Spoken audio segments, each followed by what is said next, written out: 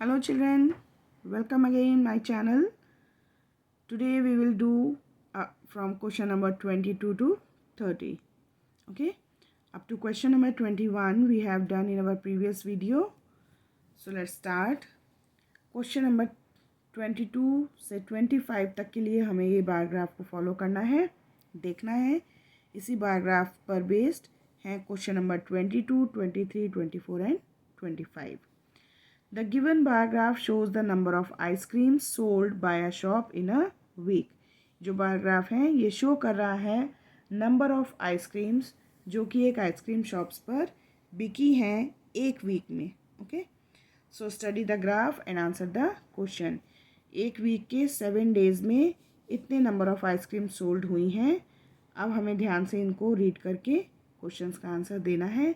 तो पहले हम क्या करेंगे, बार ग्राफ में लिख लेंगे कौन से दिन कितनी आइसक्रीम्स सोल्ड हुई हैं. ओके, सो मंडे को हुई हैं 65, ट्यूसडे को हुई हैं 15, वेडनेसडे को हुई हैं 90, थर्सडे को 70.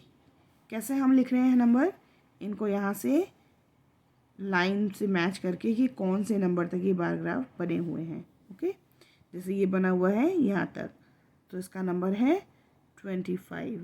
सैटरडे को 80 और 90 के बीच में 85 एंड संडे को 70 और 80 के बीच में 75. ओके, तो ये नंबर हमें मालूम चल गया कि 7 डेज़ में किस दिन कितनी आइसक्रीम्स सोल्ड हुई हैं. Now how many more ice creams sold on Thursday than on Tuesday. Thursday को ट्यूसडे से कितनी ज़्यादा आइसक्रीम सोल्ड हुई हैं.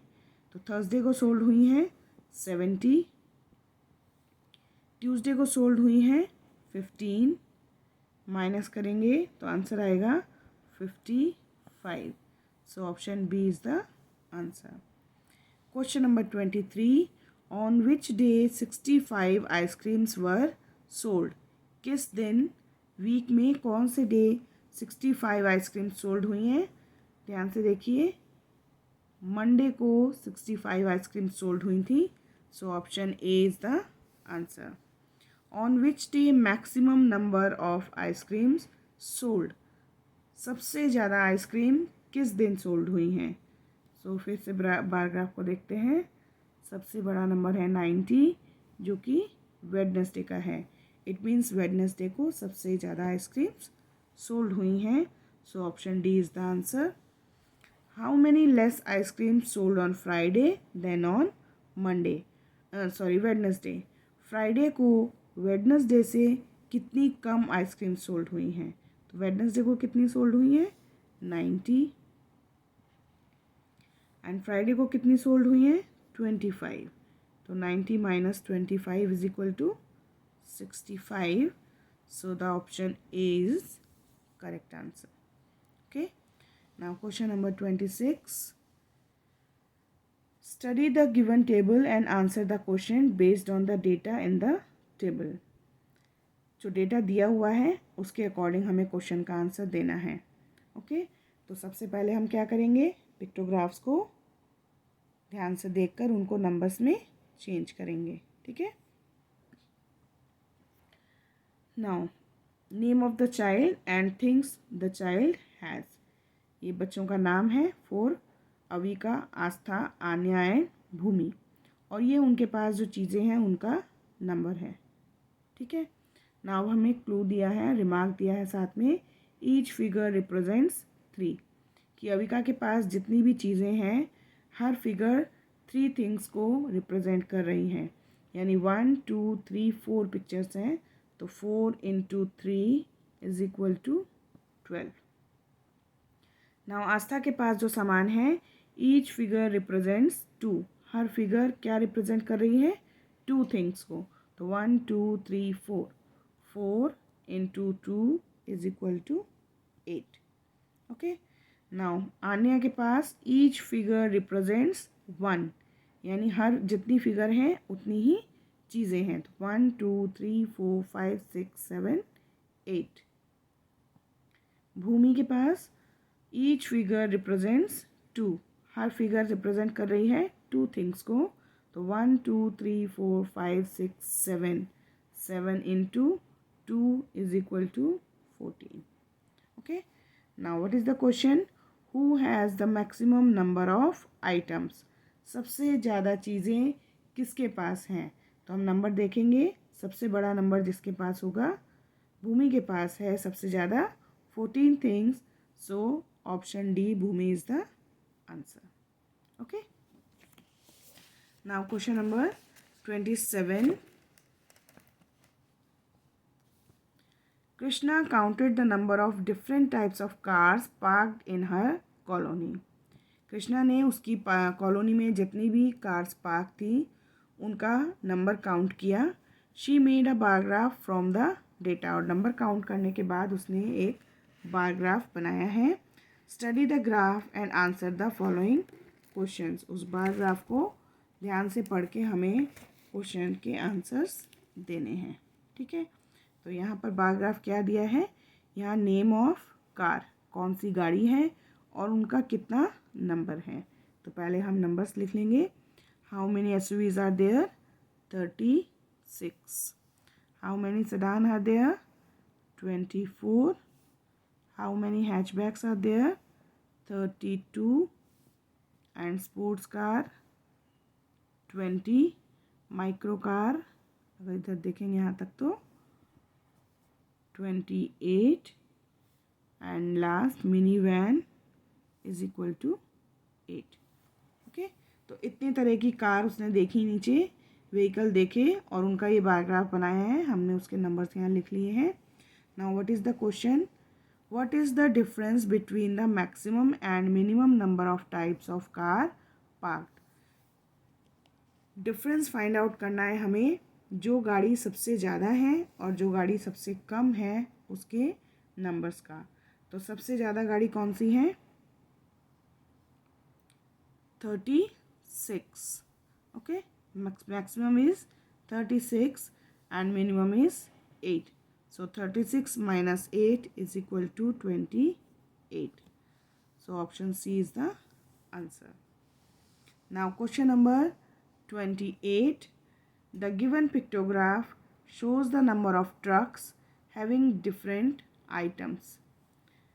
Study it carefully and answer the question. ये जो ट्रक्स का नंबर है ये शो कर रहा है कि कौन से ट्रक में कितना सामान है. ये सामान है tiles, tyres, cement bags, generators and shirts. ठीक है, और ईच ट्रक रिप्रेजेंट्स 10 ट्रक्स. हर ट्रक जो है वो क्या रिप्रेजेंट कर रहा है? एक पिक्चर 10 ट्रक्स की. ठीक है, इट मीन्स एक ट्रक 10 ट्रक्स को शो कर रहा है. क्वेश्चन है how many total number of trucks are there all together. Total trucks का नंबर कितना है ये हमें बताना है. सो हम क्या करेंगे, पहले इन ट्रक्स का नंबर काउंट कर लेंगे और फिर उसको 10 से मल्टीप्लाई कर देंगे. ओके, क्योंकि हमें टोटल नंबर ऑफ ट्रक्स बताना है और एक पिक्चर 10 ट्रक्स को शो कर रही है. सो 1 2 3 4 5 6 7 8 9 10 11 12 13 14 15 16 17. Total number of trucks is 17 and one truck represents 10 truck. तो 10 से इसको मल्टीप्लाई करेंगे is equal to 170. Okay, so option B is the correct answer. Question को ध्यान से पढ़ेंगे तो क्या करना है, इसमें केवल हमें ट्रक्स का नंबर बताना है. तो हमने केवल ट्रक्स का नंबर फाइंड आउट कर लिया. Okay, now question number 29. The given bar graph shows the number of books read by pupil in a class from July to December. इस बार ग्राफ में शो किया गया है बुक्स का number जो कि लोगों ने पढ़े हैं जुलाई से दिसंबर तक. जुलाई मंथ में अगस्त, सितंबर, अक्टूबर, नवंबर एंड दिसंबर में इतनी इतनी बुक्स पढ़ी गई हैं उसका बार ग्राफ हमें दिया है. Now study the graph and answer the following question. Bar graph को अच्छे से स्टडी करके इस क्वेश्चन का हमें आंसर देना है. तो पहले हम देख लेते हैं कि किस मंथ में कितनी बुक्स पढ़ी गई हैं. ओके, सो जो ये एक मार्क एक ये लगाया हुआ है, ये 5 बुक्स के बराबर है, ठीक।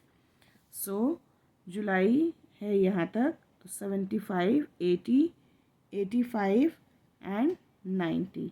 जुलाई में 90 बुक्स पढ़ी गई हैं। नाउ अगस्त यहाँ तक 70 books. This is up to 1 2 3 4, 4 5 जा 20। नाउ ये है 100 से एक मार्क पीछे है, so it is 95। It is 50 के 2 मार्क आ गए, 55 एंड 60, और ये 75 के 1 मार्क आगे तक है, तो ये है 80। 1 मार्क 5 बुक्स को रिप्रेजेंट कर रहा है। ओके, सो ये हमें पता चल गया किस मंथ में कितनी बुक्स पढ़ी गई हैं। Now the question is how many books were read all together from July to November, कि जुलाई से लेके नवंबर तक कितनी बुक्स पढ़ी गई हैं। ओके, तो क्या करना है, जुलाई से लेके नवंबर मंथ तक जो बुक्स का नंबर है उसको ऐड करेंगे। So 90 plus 70 plus 20 plus 95 plus 60। 90 plus 70 plus 20 is equal to 180। 180 plus 95 275 and 275 plus 60 is equal to 335। So option D is the answer. Now last question of this chapter. A given pictograph shows the number of muffins eaten by 4 friends. ये जो pictograph है इसमें हमें दिए हैं number muffins के जो कि 4 फ्रेंड्स ने खाए हैं। प्रिया ने, नीतू ने, निशा एंड पूजा, ये 4 फ्रेंड्स हैं जिन्होंने जो मफिन्स खाए हैं उसका नंबर हमें यहाँ शो किया गया है। And each muffin represents 3 muffins, यानी एक पिक्चर 3 मफिन्स के बराबर है। तो पहले हम मफिन्स का नंबर फाइंड आउट कर लेते हैं। 1 2 3 4, so 4 into 3 is equal to 12। 1 2 3 4 5 6, 6 into 3 is equal to 18।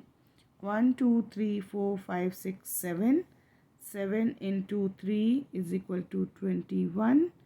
1 2 3, 3 into 3 is equal to 9। मालूम चल गया हमें ये सबके मफिन्स का नंबर। Now the question is how much less muffins did Priya eat than Nisha and Neetu all together. Nisha and Neetu ने मिलकर जितने मफिन्स खाए हैं उससे कितने कम मफिन्स प्रिया ने खाए हैं।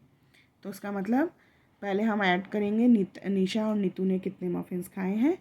तो निशा ने खाए हैं 21 एंड नीतू ने खाए हैं 18 इज इक्वल टू